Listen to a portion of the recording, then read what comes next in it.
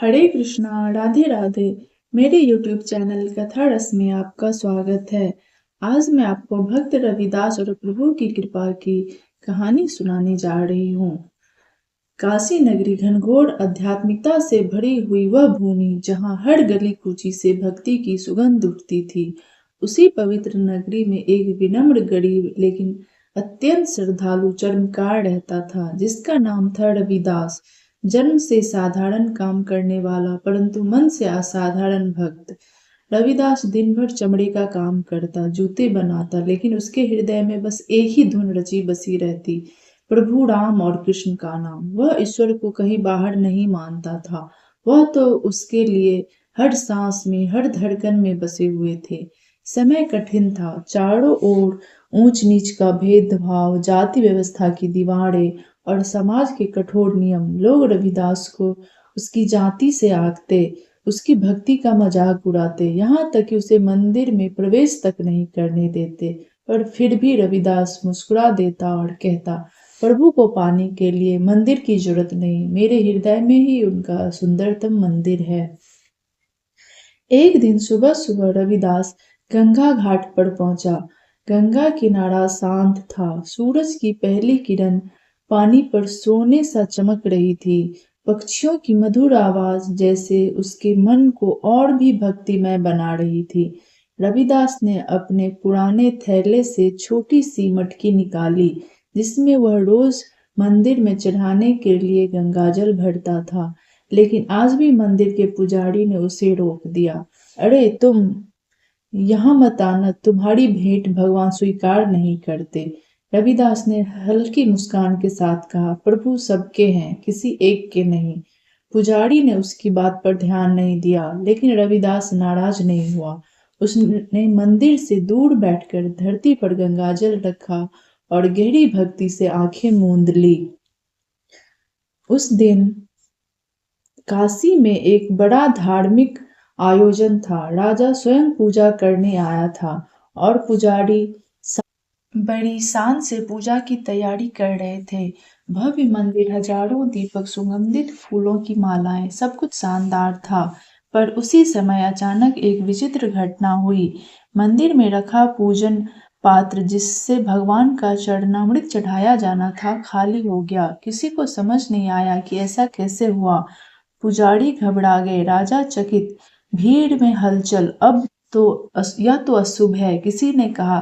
कहीं देवता रुष्ट न हो, दूसरे ने फुसफुसाया। पुजारी ने घोषणा की, जो भी इस पात्र में पानी लेकर आएगा, वही आज की पूजा का भाग्यशाली सहयोगी होगा। लोग तुरंत दौड़े, लेकिन कई बार कोशिश करने के बावजूद पात्र भरते ही खाली हो जाता, मानो कोई अदृश्य शक्ति उस पानी को स्वीकार ही नहीं कर रही थी।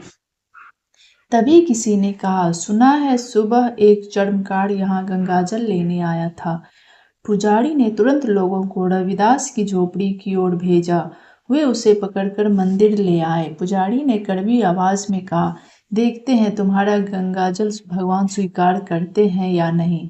सभी लोग तमाशा देखने खड़े हो गए।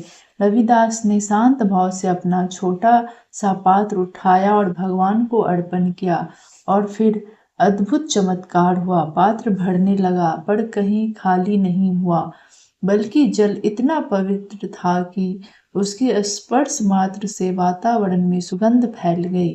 पूरे मंदिर में दिव्य प्रकाश फैल गया। घंटियां अपने आप बजने लगी और फिर एक आवाज मानो स्वयं भगवान विष्णु के चरणों से निकली ध्वनि गूंज उठी। रविदास मेरा प्रिय भक्त है, उसका जल, उसकी श्रद्धा, उसकी भक्ति सब मुझ तक सीधे पहुंचते हैं। सन्नाटा छा गया। राजा ने तुरंत रविदास के चरणों को छूकर क्षमा मांगी। भीड़ झुक गई। पुजारी रो पड़े कि उन्होंने एक सच्चे भक्त का अपमान किया। कहते हैं उस रात रविदास अपने घर लौटा तो उसके कच्चे घर में अचानक अलौकिक प्रकाश फैल गई, और फिर उसके सामने स्वयं भगवान कृष्ण प्रकट हुए। नीले वर्ण, मोर पंख, मुकुट, पीली कांति, मधुर मुस्कान लिए। रविदास अभिभूत हो गया। उसने कांपते हाथों से भगवान के चरण छुए। भगवान ने उसे हृदय से लगाते हुए कहा, रविदास, तुम्हारी भक्ति से मैं प्रसन्न हूँ। लोग तुम्हारे तन को देखते हैं, पर मैं तुम्हारे मन को देखता हूँ। भगवान ने आशीर्वाद में कहा, तुम्हारी झोपड़ी अब मेरे लिए मंदिर है। जिसे तुम छू दोगे वही पवित्र हो जाएगा। और उस पल से रविदास के घर में आने वाला हर व्यक्ति अद्भुत शांति अनुभव करने लगा। धीरे धीरे काशी के लोग बदलने लगे। रविदास को अब कोई तुच्छ नहीं समझता था। उसके शब्द जो इतने सरल थे पर बेहद गहरे, लोगों के दिलों को छूने लगे। वह कहता, ईश्वर रंग नहीं देखते, ईश्वर जाति नहीं देखते, ईश्वर बस मन की सच्चाई देखते हैं। एक बार राजा ने कहा, भक्त रविदास, मुझे आपके मंदिर का दर्शन कराइए। रविदास मुस्कुराया, राजन, मेरा मंदिर बाहर नहीं, यहाँ है, मेरे हृदय में। राजा ने सिर झुका लिया और उसी दिन से पूरे राज्य में भेदभाव मिटने लगा। यह कथा हमें यही सिखाती है, सच्ची भक्ति को कोई रोक नहीं सकता।